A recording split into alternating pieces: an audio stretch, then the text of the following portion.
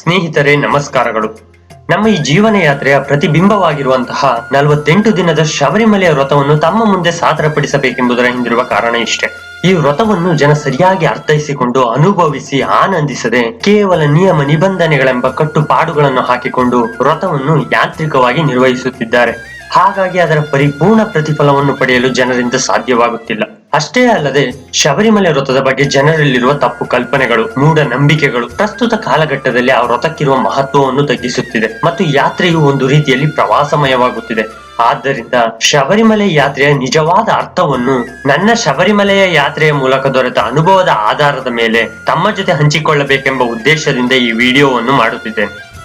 ಸ್ನೇಹಿತರೆ, ಒಬ್ಬ ವ್ಯಕ್ತಿ ಶಬರಿಮಲೆಗೆ ಹೋಗಬೇಕಾದರೆ ಆತ ಸುಮಾರು 1 ಮಂಡಲದ ಕಾಲ ಅಂದರೆ 48 ದಿನಗಳ ಕಾಲ ಮಾಲೆಯನ್ನು ಧರಿಸಬೇಕಾಗುತ್ತದೆ.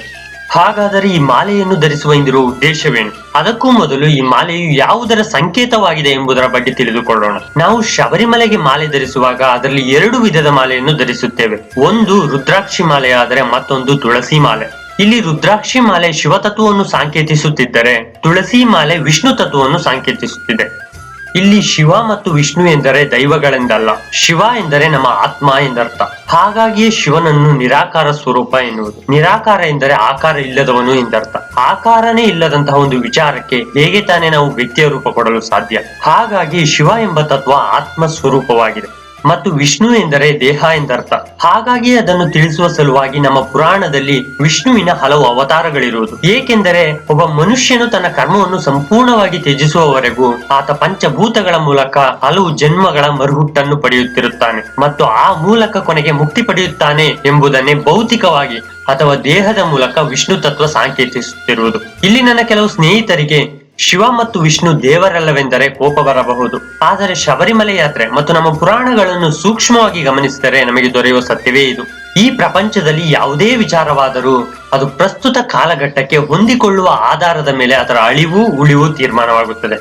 ಅದನ್ನೇ ನಾವು ಶಿವ ವಿಷ್ಣು ತತ್ವದ ವಿಚಾರದಲ್ಲಿ ಹೇಳಬೇಕೆಂದರೆ ಈ ಶಿವ ಅಥವಾ ವಿಷ್ಣುವನ್ನು ನಾವು ಒಬ್ಬ ವ್ಯಕ್ತಿಗೆ ಅಥವಾ ಒಂದು ದೇವರಿಗೆ ಸೀಮಿತಗೊಳಿಸಿದರೆ ಅದು ಒಂದು ವಿಚಾರಕ್ಕೆ ಸೀಮಿತವಾಗಿ ಪ್ರಸ್ತುತತೆ ಸತ್ವ ಕಡಿಮೆಯಾಗುತ್ತಾ ಸಾಗಿ ಜನಮಾನಸದಿಂದ ದೂರವಾಗಬಹುದು. ಅಷ್ಟೇ ಅಲ್ಲದೆ ಈ ತತ್ವಗಳನ್ನು ದೇವರಿಗೆ ಸೀಮಿತಗೊಳಿಸಿದಾಗ ಶೈವರೆಂಬ ಶಿವನನ್ನು ಪೂಜಿಸುವ ವರ್ಗವೊಂದು ಮತ್ತು ವೈಷ್ಣವರೆಂಬ ವಿಷ್ಣುವನ್ನು ಪೂಜಿಸುವ ವರ್ಗವೊಂದು ಎಂದು ಎರಡಾಗಿ ಶೈವ ವೈಷ್ಣವರ ನಡುವೆ ಜಗಳವಾಗಿ ಒಬ್ಬರನ್ನೊಬ್ಬರು ಕೊಂದಿರುವುದಕ್ಕೆ ನಮ್ಮ ಇತಿಹಾಸ ಸಾಕ್ಷಿಯಾಗಿದೆ. ಅಷ್ಟೇ ಅಲ್ಲದೆ ಪ್ರಸ್ತುತ ಕಾಲಘಟ್ಟದಲ್ಲಿಯೂ ಜನ ತಾವು ನಂಬುವ ದೇವರ ಆಧಾರದಲ್ಲಿ ಧರ್ಮವನ್ನು ಕಟ್ಟಿಕೊಳ್ಳುತ್ತಾ ತಮ್ಮದೇ ಆದ ಭ್ರಮೆಯಲ್ಲಿ ನಮ್ಮ ದೇವರೆಚ್ಚು, ತಮ್ಮ ದೇವರೆಚ್ಚು ಅಥವಾ ಅದರ ಆಧಾರದ ಮೇಲೆ ನಮ್ಮ ಧರ್ಮ ಮೇಲು, ನಿಮ್ಮ ಧರ್ಮ ಕೀಳು ಎಂಬ ಕೋಮುವಾದಿ ಮನಸ್ಥಿತಿ ಉದ್ಭವವಾಗುತ್ತಿದೆ. ಇಂತಹ ಮನಸ್ಥಿತಿಯಿಂದಲೇ ಧರ್ಮದ ಆಧಾರದ ಮೇಲೆ ಒಬ್ಬರನ್ನೊಬ್ಬರು ಕೊಲ್ಲುವಂತಹ ದುರ್ದೈವದ ಸ್ಥಿತಿ ಇಂದು ಸಮಾಜಕ್ಕೆ ಎದುರಾಗಿರುವುದು. ಇಷ್ಟೆಲ್ಲವನ್ನು ಮೀರಿ ನಿಂತರೂ ಇನ್ನೂ ಕೆಲವೆಡೆ ದೇವರನ್ನು ನಂಬುವವರ ವರ್ಗವೊಂದು ಆಸ್ತಿಕರು ಮತ್ತು ದೇವರನ್ನು ನಂಬದೇ ಇರುವವರ ವರ್ಗವೊಂದು ನಾಸ್ತಿಕರು ಎಂದು ಎರಡಾಗಿ ವೈಚಾರಿಕ ನೆಲೆಯಲ್ಲಿ ಜನರ ನಡುವೆ ಒಡಕುಂಟಾಗುತ್ತಿದೆ. ಹಾಗಾಗಬಾರದೆಂದರೆ ಯಾವುದೇ ವಿಚಾರದ ಪ್ರಸ್ತುತತೆಯನ್ನು ನಾವು ಸರ್ವಕಾಲಕ್ಕೂ ಸತ್ಯವಾಗುವಂತೆ ಅರ್ಥೈಸಿಕೊಂಡು ಜೀವನಕ್ಕೆ ಅಳವಡಿಸಿಕೊಂಡಾಗ ಅದು ಪ್ರತಿಯೊಬ್ಬರ ಜೀವನದ ದಾರಿ ದೀಪವಾಗುತ್ತದೆ. ಹಾಗಾಗಿಯೇ ನಾವು ಶಿವ ಮತ್ತು ವಿಷ್ಣುವನ್ನು ಒಬ್ಬ ವ್ಯಕ್ತಿಗೆ ಅಥವಾ ಒಂದು ದೈವಕ್ಕೆ ಸೀಮಿತಗೊಳಿಸದೆ ಸರ್ವಕಾಲಿಕ ಸತ್ಯವಾಗಿ ಅದನ್ನು ಅರ್ಥೈಸಿಕೊಳ್ಳುವ ಪ್ರಯತ್ನವನ್ನು ಮಾಡೋಣ. ಅಯ್ಯಪ್ಪನ ಪುರಾಣದ ಪ್ರಕಾರ ಶಿವ ಮತ್ತು ವಿಷ್ಣುವಿನ ಸಮ್ಮಿಲನವೇ ಅಯ್ಯಪ್ಪನ ಹುಟ್ಟಿಗೆ ಕಾರಣ. ಅದನ್ನೇ ರುದ್ರಾಕ್ಷಿ ಮತ್ತು ತುಳಸಿ ಮಾಲೆ ಸಾಂಕೇತಿಕವಾಗಿ ಒಬ್ಬ ವ್ಯಕ್ತಿಯ ಕೊರಳಿನಲ್ಲಿ ಒಂದಾಗುವುದರ ಮೂಲಕ ದೇಹ ಮತ್ತು ಆತ್ಮದ ಒಂದಾಗುವಿಕೆಯೇ ಅಯ್ಯಪ್ಪ ಎಂದು ಸಾಂಕೇತಿಸುತ್ತಿರುವುದು. ಅಂದರೆ ಇಲ್ಲಿ ಅಯ್ಯಪ್ಪನನ್ನು ದೇಹ ಮತ್ತು ಆತ್ಮದ ಸಮ್ಮಿಲನವಾದ ಮನುಷ್ಯನಿಗೆ ಹೋಲಿಸಲಾಗಿದೆ. ಹಾಗಾಗಿ ಈ ವ್ರತವನ್ನು ಅನುಸರಿಸುವಾಗ ಪ್ರತಿಯೊಬ್ಬ ವ್ಯಕ್ತಿಯನ್ನು ಅಯ್ಯಪ್ಪನಿಗೆ ಹೋಲಿಸಿ ಸ್ವಾಮಿ ಎಂದು ಕರೆಯಲಾಗುತ್ತದೆ. ಹಾಗಾಗಿ ಅಯ್ಯಪ್ಪ ವ್ರತದಲ್ಲಿ ಪ್ರತಿಯೊಬ್ಬ ಮನುಷ್ಯನನ್ನು ಆತನ ನಿಜ ಸ್ವರೂಪವಾದ ಪರಮಾತ್ಮನ ಸ್ವರೂಪಕ್ಕೆ ಹೋಲಿಸಲಾಗಿದೆ. ಅಷ್ಟೇ ಅಲ್ಲದೆ ಇಲ್ಲಿ ಅಯ್ಯಪ್ಪನನ್ನು ಧರ್ಮಶಾಸ್ತ್ರ ಎನ್ನುತ್ತಾರೆ. ಅಂದ್ರೆ ಇಲ್ಲಿ ಒಬ್ಬ ಮನುಷ್ಯನನ್ನು ಧರ್ಮಶಾಸ್ತ್ರ ಎನ್ನುತ್ತಿರುವುದು. ಏಕೆಂದರೆ ಈ ಮಾನವೀಯತೆ ಅಥವಾ ಮಾನವ ಧರ್ಮ ಉಳಿಯುವುದು ಕೇವಲ ಸರಿಯಾದ ದಾರಿಯಲ್ಲಿ ಸಾಗುವ ಒಬ್ಬ ಮನುಷ್ಯನಿಂದ ಮಾತ್ರ. ಹಾಗಾಗಿ ಆತನನ್ನೇ ಇಲ್ಲಿ ಧರ್ಮಶಾಸ್ತ್ರ ಎಂದಿರುವುದು. ಅಷ್ಟೇ ಅಲ್ಲದೆ ಶಬರಿಮಲೆಯ ದರ್ಶನದ ಸಂದರ್ಭದಲ್ಲಿ ಅಯ್ಯಪ್ಪನ ವಿಗ್ರಹಕ್ಕಿರುವ ಪ್ರಾಮುಖ್ಯತೆಗಿಂತ 18 ಮೆಟ್ಟಿಲನ್ನು ಏರಿದ ತಕ್ಷಣ ಕಾಣುವ ತತ್ವಮಸಿ ಎಂಬ ಪದಕ್ಕಿರುವ ಪ್ರಾಮುಖ್ಯತೆ ಹೆಚ್ಚು. ಇಲ್ಲಿ ತತ್ವಮಸಿ ಎಂದರೆ ನನ್ನೊಳಗಿರುವುದೇ ನಿನ್ನೊಳಗೂ ಇರುವುದು, ನಿನ್ನೊಳಗೆ ಇರುವುದೇ ನನ್ನೊಳಗೂ ಇರುವುದು ಎಂದರ್ಥ. ಅಂದರೆ ನಾನೇ ನೀನು, ನೀನೇ ನಾನು ಎಂದಾಯಿತು. ಹಾಗಾಗಿಯೇ ಮತ್ತೊಬ್ಬರಲ್ಲಿರುವ ಜ್ಯೋತಿಯನ್ನೇ ತಮ್ಮ ಅಂತರಂಗದ ಮೂಲಕ ನೋಡುವ ಧ್ಯೇಯವೇ ಶಬರಿಮಲೆ ಯಾತ್ರೆಯ ಮುಖ್ಯವಾದ ಉದ್ದೇಶ. ಆದರೆ ಇತ್ತೀಚಿನ ದಿನಗಳಲ್ಲಿ ಕೆಲವರು ಇದನ್ನು ಸರಿಯಾಗಿ ಅರ್ಥೈಸಿಕೊಳ್ಳದ ಕಾರಣ ಅಲ್ಲಿ ಬೆಟ್ಟ ಗುಡ್ಡಗಳ ನಡುವೆ ಜ್ಯೋತಿಯನ್ನು ಹುಡುಕುತ್ತಾರೆ. ಅಲ್ಲಿ ಭೌತಿಕವಾಗಿ ಜ್ಯೋತಿಯನ್ನು ನೋಡುವುದಕ್ಕಿಂತ ಅಂತರಂಗದಲ್ಲಿ ಅನುಭವದ ಮೂಲಕ ಜ್ಯೋತಿಯ ದರ್ಶನ ಪಡೆಯುವುದು ಇಲ್ಲಿ ತುಂಬಾ ಮುಖ್ಯವಾಗುತ್ತದೆ. ಹಾಗಾದರೆ ಪರಮಾತ್ಮ ಎಂಬುವನು ಹೊರಗಿಲ್ಲ, ನಮ್ಮೊಳಗೇ ಇದ್ದಾನೆ ಎಂದಾಯಿತು. ನಾನೇ ಪರಮಾತ್ಮ, ಅದನ್ನೇ ಅಹಂ ಬ್ರಹ್ಮಾಸ್ಮಿ ಎಂಬ ಸಂಸ್ಕೃತದ ಪದವು ಸಾರುತ್ತಿರುವುದು. ಅಂದರೆ ಇಲ್ಲಿ ನಾನೇ ಮೂಲ ತತ್ವ ಎಂದಾಯಿತು. ಇಲ್ಲಿ ಶಿವ ಮತ್ತು ವಿಷ್ಣು ಅಷ್ಟೇ ಅಲ್ಲ, ಬ್ರಹ್ಮನನ್ನು ನಾವು ದೇವರ ಸ್ವರೂಪಕ್ಕೆ ಸೀಮಿತಗೊಳಿಸಿದ್ದೇವೆ. ಅಷ್ಟೇ ಅಲ್ಲದೆ ಬ್ರಹ್ಮ ತನ್ನ ಮಗಳನ್ನೇ ಮದುವೆಯಾದ ಎಂಬ ಪರಿಕಲ್ಪನೆಯಲ್ಲಿ ಆತನನ್ನು ಪೂಜಿಸುವುದನ್ನೂ ನಿಲ್ಲಿಸಿದ್ದೇವೆ.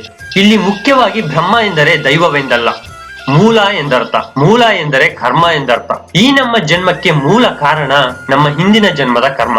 ಆ ಕರ್ಮವೇ ನಮ್ಮ ಹಿಂದಿನ ಜನ್ಮಕ್ಕೂ ಈ ಜನ್ಮಕ್ಕೂ ನಡುವಿನ ಸೇತುವೆ. ಹೀಗೆ ನಮ್ಮ ಪುರಾಣದ ಶಿವ ಮತ್ತು ವಿಷ್ಣು ಒಬ್ಬ ಮನುಷ್ಯನ ಆತ್ಮ ಮತ್ತು ದೇಹವಾದರೆ, ಬ್ರಹ್ಮ ಎಂಬ ತತ್ವ ಆತನ ಜನ್ಮ ಜನ್ಮಗಳ ನಡುವಿನ ಕರ್ಮದ ಸೇತುವೆ. ಹೀಗೆ ಒಬ್ಬ ಮನುಷ್ಯ ಹುಟ್ಟಿ ಜನ್ಮ ಜನ್ಮಗಳ ಮೂಲಕ ಪರಿಪೂರ್ಣತೆಯೆಡೆಗೆ ಸಾಗುತ್ತಿರಬೇಕಾದರೆ ಆತನ ಮುಂದಿನ ಜನಾಂಗವೆಲ್ಲ ಆತನದೇ ತಲೆಮಾರುಗಳಾಗಿರುತ್ತಾರೆ.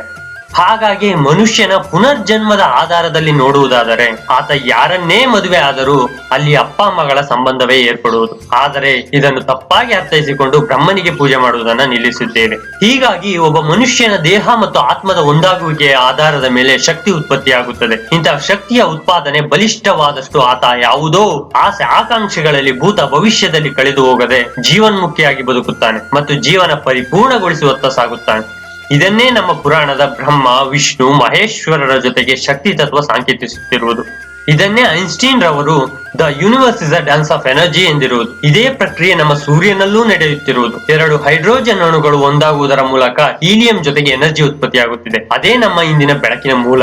ಇದನ್ನೇ ನಮ್ಮ ಪೂರ್ವಜರಾದ ಶಂಕರಾಚಾರ್ಯರು, ರಮನುಜಾಚಾರ್ಯರು, ಮಧ್ವಾಚಾರ್ಯರು ದ್ವೈತ, ಅದ್ವೈತ, ವಿಶಿಷ್ಟಾದ್ವೈತ, ಶಕ್ತಿ ವಿಶಿಷ್ಟಾದ್ವೈತ ಎಂಬ ತತ್ವದ ಮೂಲಕ ಸಾರಿ ಹೇಳಿರುವುದು. ಹೀಗೆ ನಮ್ಮಲ್ಲಿರುವ ಆತ್ಮ ಮತ್ತು ದೇಹವನ್ನು ಸಮತೋಲನವಾಗಿ ಇಟ್ಟುಕೊಳ್ಳಬೇಕೆಂಬುದನ್ನೇ ಕೊರಳಿನಲ್ಲಿ ರುದ್ರಾಕ್ಷಿ ಮತ್ತು ತುಳಸಿ ಮಾಲೆಯನ್ನು ಸಮಾನವಾಗಿ ಹಾಕಿಕೊಳ್ಳುವುದರ ಮೂಲಕ ಸಾಂಕೇತಿಸುತ್ತಿರುವುದು.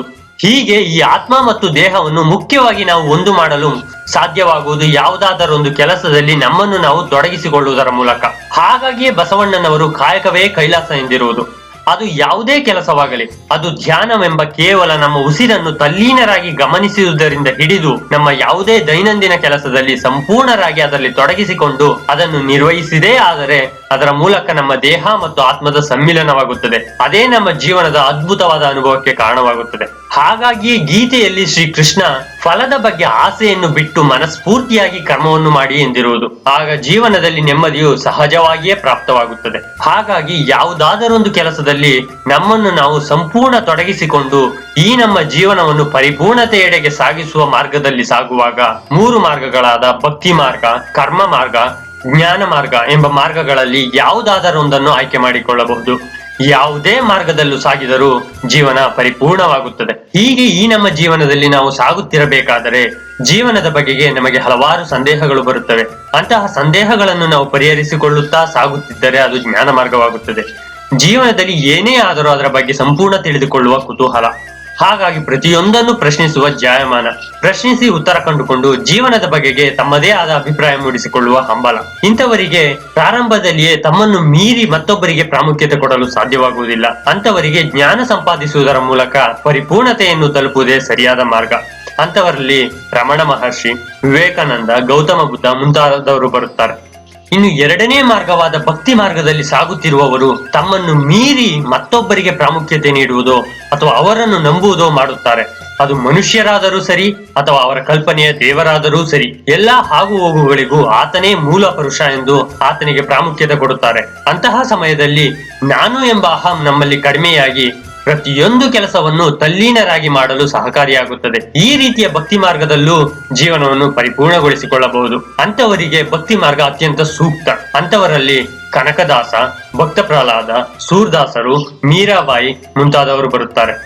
ಇಂತಹ ಭಕ್ತಿಯ ಮಾರ್ಗವನ್ನೇ ನಾವು ದೇವರ ಮೇಲಿನ ಭಕ್ತಿಯ ಮೂಲಕ ವ್ಯಕ್ತಪಡಿಸುತ್ತಿರುವುದು. ಆದರೆ ಭಕ್ತಿಯನ್ನು ಸರಿಯಾಗಿ ಅರ್ಥೈಸಿಕೊಳ್ಳದ ಕೆಲ ಜನರು ಕೇವಲ ತಮ್ಮ ಅವಶ್ಯಕತೆಗಳನ್ನು ಪೂರೈಸಿಕೊಳ್ಳಲು ದೇವರನ್ನು ಬೇಡಿಕೊಳ್ಳುತ್ತಿದ್ದಾರೆ. ಬೇಡಿದ್ದನ್ನು ಪೂರೈಸಿದರೆ ಇಂತಿಷ್ಟು ಲಂಚವನ್ನ ಕೊಡುವುದಾಗಿ ಹೇಳುತ್ತಾರೆ. ಹಾಗಾಗಿ ಇಂದು ರಸ್ತೆಯಲ್ಲಿ ಹೊಟ್ಟೆಗಿಲ್ಲದೆ ಮಲಗುವವರ ಸಂಖ್ಯೆ ಕಡಿಮೆಯಾಗದಿದ್ದರೂ ತಿರುಪತಿ ತಿಮ್ಮಪ್ಪನ ಶ್ರೀಮಂತಿಗೆ ಹೆಚ್ಚಾಗುತ್ತಿರುವುದು. ಹಾಗಾಗಿ ಭಕ್ತಿ ಎಂದರೆ ನಮ್ಮನ್ನು ನಮ್ಮ ಅವಶ್ಯಕತೆಗಳನ್ನು ಮೀರಿ ಮತ್ತೊಬ್ಬರಿಗೆ ಪ್ರಾಮುಖ್ಯತೆ ಕೊಡುವುದು. ಅದು ದೇವರಾಗಲಿ ಮನುಷ್ಯರಾಗಲಿ ಮತ್ತೊಬ್ಬರಿಗೆ ಪ್ರಾಮುಖ್ಯತೆ ಕೊಡುವುದೇ ನಿಜವಾದ ಭಕ್ತಿ ಮಾರ್ಗದ ಅರ್ಥ. ಕೊನೆಯದಾಗಿ ಇವೆರಡರ ಸಮ್ಮಿಲನದಂತಿರುವ ಮಾರ್ಗವೇ ಕರ್ಮ ಮಾರ್ಗ. ಇದರಲ್ಲಿ ವ್ಯಕ್ತಿಯು ಕೇವಲ ತನ್ನ ಕೆಲಸವನ್ನು ಸಂಪೂರ್ಣ ಮನಸ್ಸಿನಿಂದ ಮಾಡುತ್ತಾನೆ. ತನ್ನ ಕೆಲಸದ ಮೂಲಕವೇ ದೇವರನ್ನು ಕಾಣುತ್ತಾನೆ. ಆ ಮೂಲಕ ತನ್ನ ಜೀವನವನ್ನು ಪರಿಪೂರ್ಣಗೊಳಿಸಿಕೊಳ್ಳುತ್ತಾನೆ. ಅದೇ ಬಸವಣ್ಣನವರ ಕಾಯಕವೇ ಕೈಲಾಸದ ಮಾರ್ಗ. ಈ ಮಾರ್ಗದಲ್ಲಿ ನಾವು ಮಾಡುತ್ತಿರುವ ಕೆಲಸದ ಮೇಲೆ ಎಷ್ಟರ ಮಟ್ಟಿಗೆ ತಲ್ಲೀನರಾಗಿರುತ್ತೇವೆಯೋ ಅಷ್ಟರ ಮಟ್ಟಿಗೆ ಜೀವನದ ಪರಿಪೂರ್ಣತೆಯ ಅನುಭವವಾಗುತ್ತದೆ. ಹೀಗೆ ದೇಹ ಮತ್ತು ಆತ್ಮದ ಸಮತೋಲನವನ್ನು ಸಾಧಿಸಬೇಕೆಂಬುದನ್ನ ಸಾಂಕೇತಿಸುತ್ತಿರುವುದೇ ವ್ರತದ ಸಂದರ್ಭದಲ್ಲಿ ಧರಿಸುವ ರುದ್ರಾಕ್ಷಿ ಮತ್ತು ತುಳಸಿ ಮಾಲೆ. ಅಂತಹ ಮಾಲೆಯನ್ನು ವ್ಯಕ್ತಿಯೇ ಸ್ವತಃ ಧರಿಸಲು ಅವಕಾಶವಿಲ್ಲ. ಅದನ್ನು ಒಬ್ಬ 18 ವರ್ಷ ಶಬರಿಮಲೆಗೆ ಹೋದ ಗುರುವಿನ ಮೂಲಕವೇ ಧರಿಸಿಕೊಳ್ಳಬೇಕು ಮತ್ತು ಈ 48 ದಿನದ ವ್ರತವನ್ನು ಗುರುಸ್ವಾಮಿಯ ಅಣತಿಯಂತೆಯೇ ಪಾಲಿಸಬೇಕು. ಕೊನೆಗೆ ಶಬರಿಮಲೆಯಿಂದ ಹಿಂದಿರುಗಿದ ಮೇಲೆ ಗುರುಸ್ವಾಮಿಯೇ ಆ ಮಾಲೆಯನ್ನು ತೆಗೆಯಬೇಕು. ಹಾಗಾದರೆ ಈ ಗುರುಸ್ವಾಮಿಯ ಸ್ಥಾನದ ಹಿಂದಿನ ಕಾರಣವೇನು? ಇಲ್ಲಿ ಮುಖ್ಯವಾಗಿ ಗುರುಸ್ವಾಮಿಯ ಸ್ಥಾನವನ್ನು ಒಬ್ಬ ತಿಳಿದ ವ್ಯಕ್ತಿ ಎನ್ನುವುದಕ್ಕಿಂತ ಹೆಚ್ಚಾಗಿ ಪಂಚಭೂತಗಳಿಗೆ ಹೋಲಿಕೆ ಮಾಡಲಾಗಿದೆ. ಹೇಗೆಂದರೆ ಈ ನಮ್ಮ ಜೀವನದಲ್ಲಿ ನಮ್ಮ ಹುಟ್ಟಿಗೆ ಮೂಲ ಕಾರಣವೇ ನಮ್ಮ ಪೂರ್ವ ಜನ್ಮದ ಕರ್ಮ. ಆ ಕರ್ಮಕ್ಕೆ ಈ ಜನ್ಮದಲ್ಲಿ ರೂಪ ನೀಡಿರುವುದು ಈ ಪಂಚಭೂತಗಳೇ ಮತ್ತು ಜೀವನದ ಅಂತ್ಯದ ಸಂದರ್ಭದಲ್ಲಿ ನಾವು ಲೀನವಾಗುವುದು ಈ ಪಂಚಭೂತಗಳಲ್ಲೇ. ಹಾಗಾಗಿಯೇ ವ್ರತದ ಕೊನೆಯಲ್ಲಿ ಪಂಚಭೂತಗಳಿಗೆ ಸಮವಾದ ಗುರುಸ್ವಾಮಿಯೇ ನಮ್ಮಿಂದ ಮಾಲೆಯನ್ನೂ ತೆಗೆಯುವುದು. ಹೀಗೆ ಗುರುಸ್ವಾಮಿ ಎಂಬ ಪಂಚಭೂತಗಳಿಂದ ದೊರೆತ ತುಳಸಿ ಮಾಲೆ ಎಂಬ ದೇಹವನ್ನು ಆತ್ಮವೆಂಬ ರುದ್ರಾಕ್ಷಿ ಮಾಲೆಯೊಡನೆ ಕಾಯಕವೆಂಬ ತತ್ವದ ಮೂಲಕ ಸಮ್ಮಿಲನಗೊಳಿಸಿದಾಗ ಅಯ್ಯಪ್ಪನೆಂಬ ಮನುಷ್ಯನ ಜೀವನ ತತ್ವಮಸಿ ಎಂಬ ತತ್ವದ ಮೂಲಕ ಪ್ರತಿಯೊಬ್ಬರಲ್ಲೂ ಪರಮಾತ್ಮನನ್ನು ಮನುಷ್ಯ ರೂಪದಲ್ಲಿ ಕಾಣುತ್ತಾ ಪರಿಪೂರ್ಣಗೊಳ್ಳುತ್ತದೆ ಎಂಬ ಪರಿಕಲ್ಪನೆಯನ್ನೇ 48 ದಿನದ ಶಬರಿಮಲೆಯ ಪರಿಕಲ್ಪನೆ ಸಾಂಕೇತಿಕವಾಗಿ ಸೂಚಿಸುತ್ತಿರುವುದು. ಈ ವ್ರತದ ಬಗೆಗೆ ಇನ್ನು ಹಲವು ವಿಚಾರಗಳನ್ನು ಆಸ್ತಿಕನೂ ಆಗದೆ ನಾಸ್ತಿಕನೂ ಆಗದೆ ಪ್ರಸ್ತುತ ಕಾಲಘಟ್ಟದಲ್ಲಿ ಮನುಷ್ಯನ ಜೀವನಕ್ಕೆ ದಾರಿ ದೀಪವಾಗುವಂತೆ ಚರ್ಚಿಸುವ ಪ್ರಯತ್ನವನ್ನು ಮುಂದಿನ ವಿಡಿಯೋಗಳಲ್ಲಿ ಮಾಡೋಣ. Thank you so much for watching the video. Video ಇಷ್ಟ ಆಗಿದ್ರೆ ಲೈಕ್ ಮಾಡಿ, ಶೇರ್ ಮಾಡಿ, ಸಬ್ಸ್ಕ್ರೈಬ್ ಮಾಡಿಕೊಳ್ಳುವುದರ ಮೂಲಕ ನಿಮ್ಮ ಸಪೋರ್ಟ್ ಅನ್ನು ತಿಳಿಸಿ.